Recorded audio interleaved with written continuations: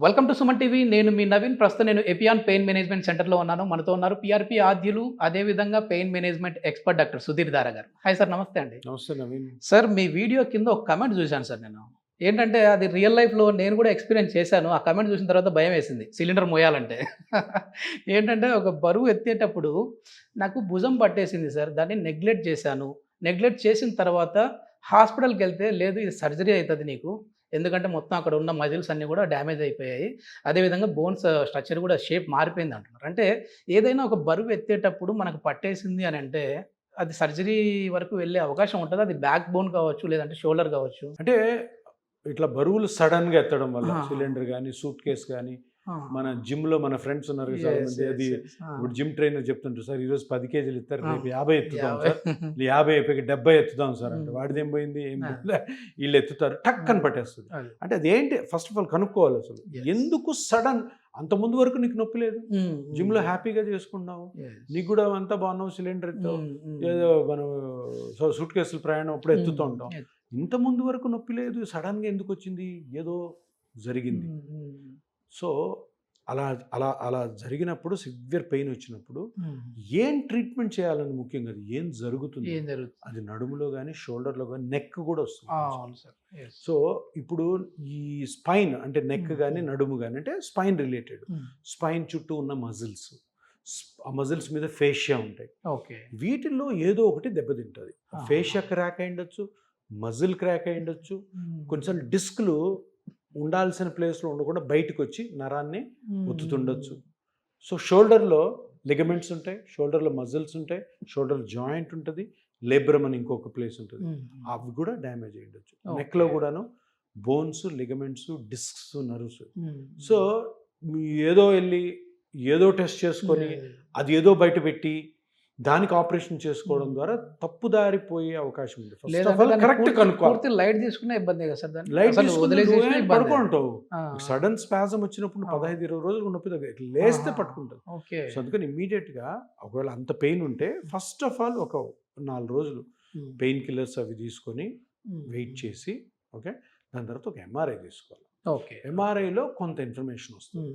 ఆ ఇన్ఫర్మేషన్ తోటి క్వాలిఫైడ్ అంటే ఎవరైతే ఈ నడుములో కానీ షోల్డర్లో కానీ సడన్గా బరువు ఎత్తిన తర్వాత నొప్పి ఆ స్ట్రక్చర్ని కనుక్కునే డాక్టర్ వెళ్తే ఆ ఎంఆర్ఐ ప్లస్ మీకున్న సిమ్టమ్స్ బట్టి ఆ కొరిలేషన్ చేయాలి.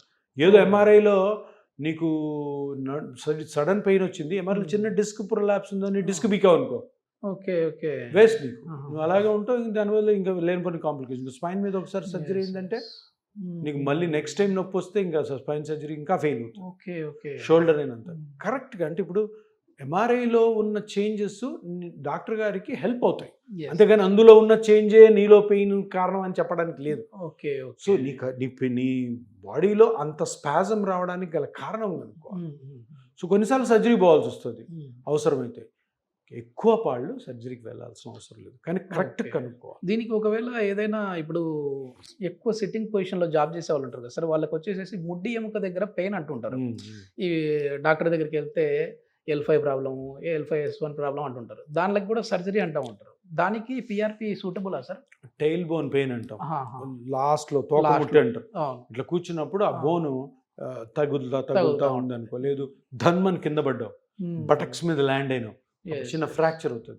కొన్నిసార్లు ఫ్రాక్చర్ కాకపోయినా కానీ హార్డ్ సర్ఫేస్ మీద కూర్చున్నాం, కొంతమంది పీటల మీద కూర్చుంటారు, పురోహితులు ఏమో కూర్చొని సిమెంట్ మీద చేస్తుంటారు. అప్పుడు ఏమవుద్ది, కొంచెం సన్నగా ఉన్నవాళ్ళు అనుకో ఆ బోన్ టచ్ అవుతా ఉంటాయి, ఆ చుట్టూ లిగమెంట్స్ క్రాక్ అవుతాయి, మజిల్స్ క్రాక్ అవుతాయి. దీన్ని కాక్సిగోడైనియా అంటారు. ఆ లాస్ట్ ఎడ్జ్ లో ఉన్నది కాక్సిక్స్ బోన్ అనమాట, దాన్ని కాక్సిగోడైనియా అంటారు. ఇది కామన్, ఇది నిలబడి నడుస్తుంటే నొప్పే ఉండదు, కూర్చోగానే వస్తుంది.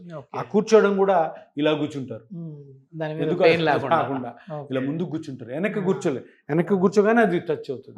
ఇంకొక కామన్ రీజన్ ఏంటంటే ఇట్లా దెబ్బ తగలడము, మనం చేసే పనులు హార్డ్ సర్ఫేస్ మీద కూర్చుని కాకుండా సడన్ గా వెయిట్ లాస్ అవుతుంది. ఇప్పుడు వెయిట్ లాస్ అనేది పెద్ద ఫ్యాషన్ అయిపోయింది కదా.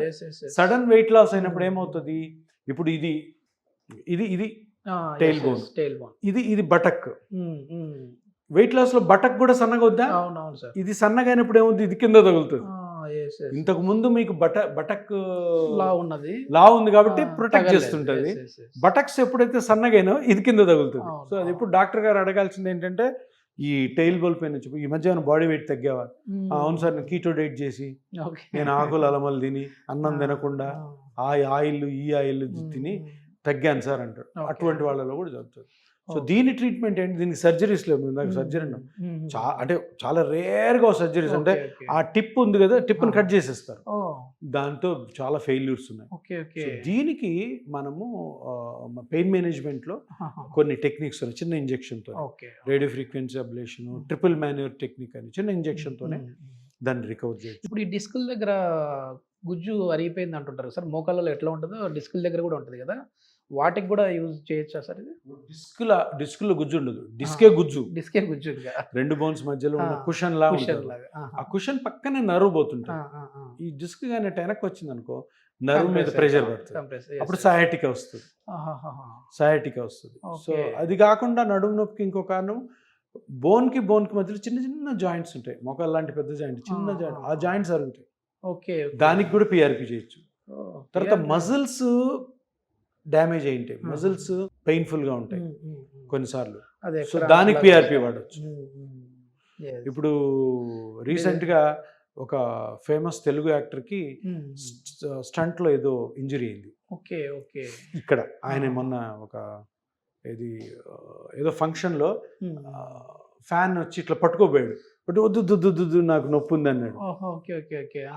ఇప్పుడు ఆయనకి ఏం జరిగి ఉండొచ్చు అంటే, పడి ఉంటారు ఫైట్ చేస్తూ, ఇక్కడ మజిల్స్ క్రాక్ అయి ఉండొచ్చు, లేదు దాని బోన్ కూడా క్రాక్ అయి ఉండొచ్చు, రిబ్ కదా, లేదు మజిల్ క్రాక్ అయి ఉండొచ్చు. సో ఇప్పుడు జనరల్గా ఆయన చూసే డాక్టర్స్ రెస్ట్ అనేస్తారు. రెస్ట్ అంటే ఏంటి? ఒకవేళ మజిల్ కానీ క్రాక్ అయింటే అది హీల్ అవ్వడానికి 3 నెలలు పడుతుంది.